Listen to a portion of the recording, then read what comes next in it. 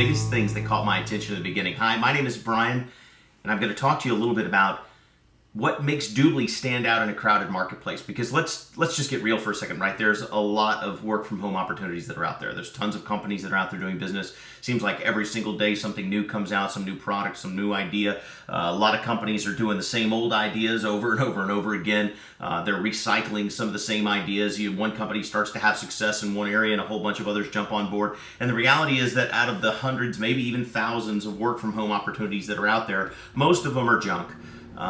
They're startup opportunities that may or may not be around. It's been shown that 9 out of 10 startup companies will fail, and that's not unique to the network marketing industry. That's the entire business world as a whole. So, we know that 9 out of 10 are not going to make it. But on the network marketing side, or the work from home side, you have those types of companies that just simply aren't going to make it, and then you have others that walk the really fine line between what's considered to be acceptable business practices or not, that kind of thing. But let's just look at the work from home industry as it compares to what has been brought to the table by DubLi, because I'll tell you, what we're seeing right now, I've been in this industry for 20 years. I've never seen anything like this. And I mean that because there are some significant differences between MLM and what DubLi is doing. And I think not the least of which is that MLM involves sales, almost overwhelmingly. Now, by the way, not every single company is these are going to apply to, okay? So if the shoe fits, obviously, but if it doesn't, that's okay. But in MLM, for the most part, it's sales, right? They either have a product or a service that they're trying to convince folks is a better product or service than what they might already be using, or it may be a product or service that folks have never had before, and so they're showcasing the benefits of that product or that service to try to convince the consumer to pick up that product and service and begin using it for the first time. So there are sales involved. The other thing on MLM is that there's a markup on their products or their services, right? Between 700 and 1,000%.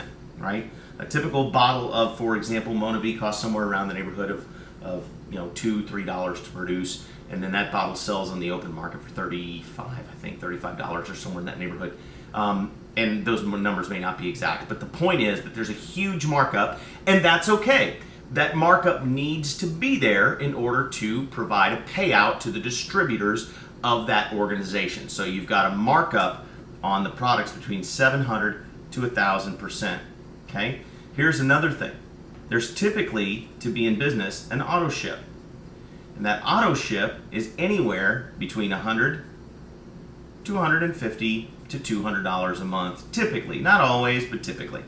And that Autoship is what keeps a distributor in business. Okay? So the company says, in order for you to be in business with us, you must purchase X amount of product or service every single month. And typically that Autoship is going to be more than an individual can consume for themselves, and so they're expected to go out and sell those products at retail.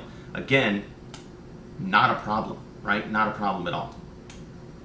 The next thing that is MLM, one of the MLM tenets, okay, is in addition to the fact that it's sales, it's 700 to 1,000% markup, there's that $150 to $200 a month Autoship. In addition to that, you have the internet. The internet is a huge detractor for traditional network marketing. Let me give you an example. The internet is a bad thing for traditional MLM companies, and here's why. Because you can go on to just about any, you can go on to eBay, for example, and find just about any product sold in the MLM world for literally pennies on the dollar. And I brought this one up just as an example. I'm not picking on any one company. I just know a lot of folks that love the product that's made by Vima. And Vima's a great company, and they make a great product. But right here, we're looking at eBay, and you can see that there are Vima products now being sold on eBay for significantly less than what you'll find them in the catalog or what you can purchase them for from a distributor at retail, right? And they range, Vima Next, one person's selling it for $19, one person's selling it for $25. Here's Verve for $10 for a 6-pack for the coffee stuff. We could just do this all day, and it's not limited to this one company. We could put Mona V in here, we could put Zango in here, we could put Tupperware, Avon, Mary Kay, any number of different companies in here. And so what's happened is the internet has created a secondary market that MLM companies must compete against. Did you catch that? The internet has created a secondary market So MLM distributors now are having to compete against other MLM distributors from the same company that are no longer in that company that are selling their excess product on the internet at a severe discount. So it makes it nearly impossible for a seller or a builder or a distributor in a traditional MLM company to acquire retail customers. And as a result, what happens is something called internal consumption. And that means that only the distributors are consuming the product or the service. Said another way, internal consumption means that these companies are 99% distributor driven. It's the distributors that are consuming all of the product. It's the distributors that are creating all of the volume. Now, DubLi, and as I'm sitting in Miss Sherry Sharman's living room in Carlsbad, California, my eyes are popping out of my head like giant saucers, right, as I'm taking in all this information. And what I saw about DubLi just blew me away. The first thing I noticed about DubLi was that we weren't selling anything. We're not convincing anybody to use something that we want them to use over what they've already been using, or to change brands, or to change. All we're saying in DubLi is do what you were going to do anyway, and we'll help you get cash back. So we're not engaging in sales, we're simply engaging in discounting. Meaning that we're telling people just keep doing what you've been doing, we're just gonna help you get cash back. So discounting for cash back. Okay? So we're not engaging in sales at all. In addition, DubLi doesn't have a markup on any kind of product or service. As a matter of fact, we're saying, hey, keep buying the products and services that you've been buying, and we'll just help you get, up to 30% cash back. So instead of a markup, we're actually getting people savings. And we're not giving them savings on what we want to sell them. We're giving them savings on what they want to buy and what they've already been buying. In DubLi, we don't have an auto ship.